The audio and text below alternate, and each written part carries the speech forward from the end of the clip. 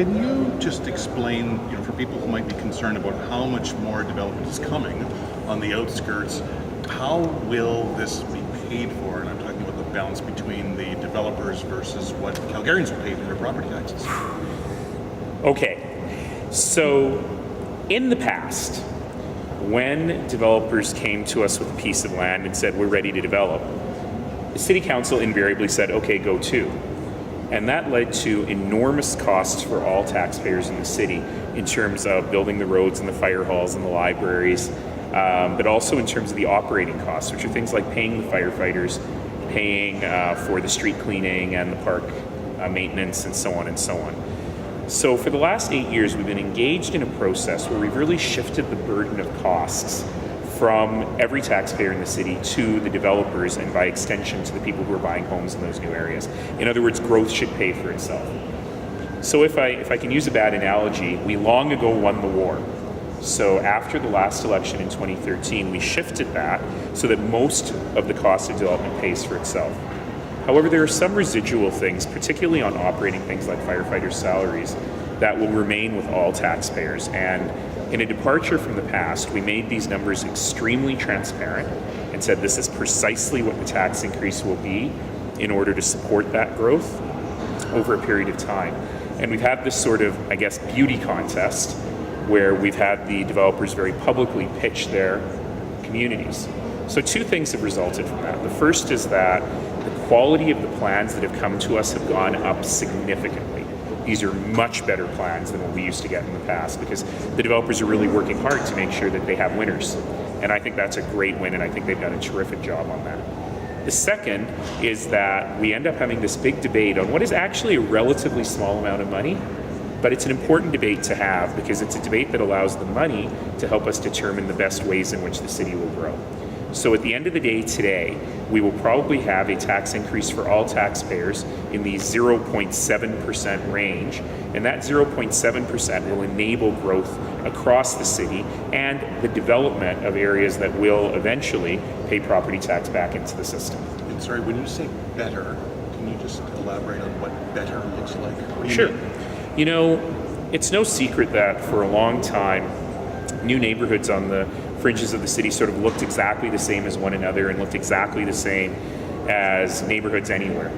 And in particular, it was very challenging to support them by public transit. With all these curvilinear roads, it was hard to make bus routes that were really efficient and fast through these neighborhoods. It was difficult to find spaces for things like places of worship and recreation centers and so on. We had a bunch of very small tot lots, they all kind of looked the same.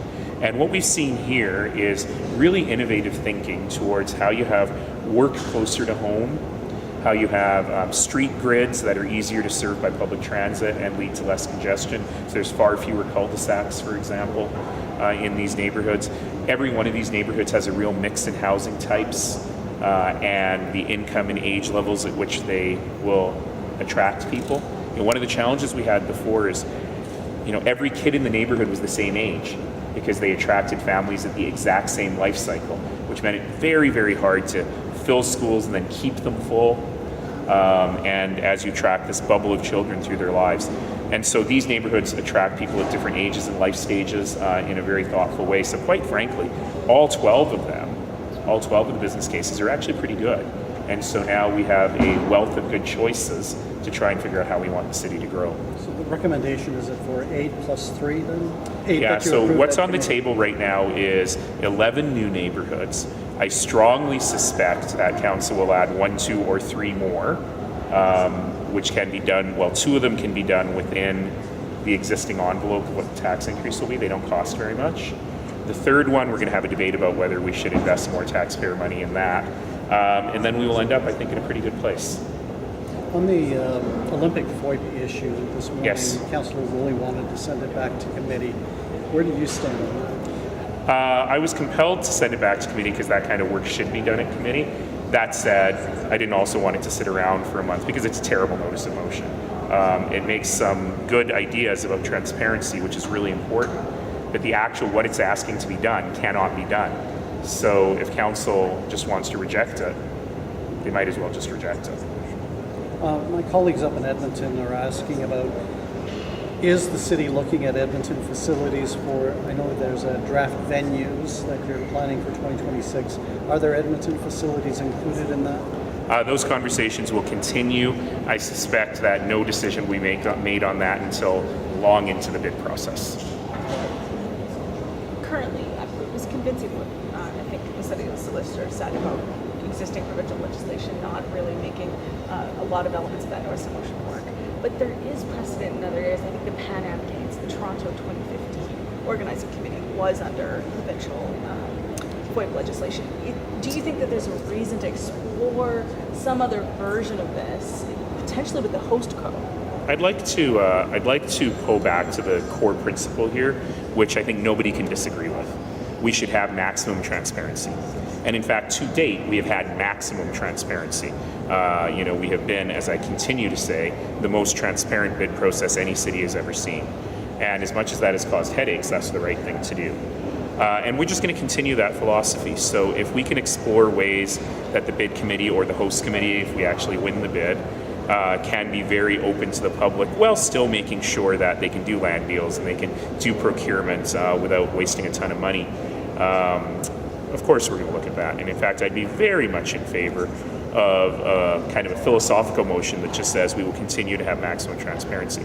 It's just this particular mechanism of asking the provincial government to change legislation when the provincial government doesn't even meet until November, and it's not the right legislation. It just doesn't make any sense. Could Bidco not commit to this itself in the sense that we won't release anything publicly of the competitive nature, we won't release legal matters, personnel matters, and just say everything else in FOIP we comply with? I think it's pretty fair to say they're doing that anyway. So Mayor Tory's going to challenge this now in court. Oh, is he? Your reaction will be to this? I think that it's actually well worth doing that because in Ontario there is the City of Toronto Act. So the City of Toronto has a city charter. But what good is a city charter if the province will unilaterally amend it? It's not worth the paper it's written on. So it'll be very interesting to see what the legal decision on that is. I mean, I'm not a judge and I'm not a lawyer, but if I were a judge, I would certainly say there's probably good reason here for an injunction through the election, since this happened in the middle of an election.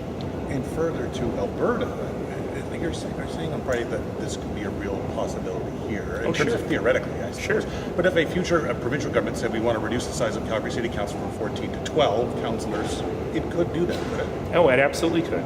Now,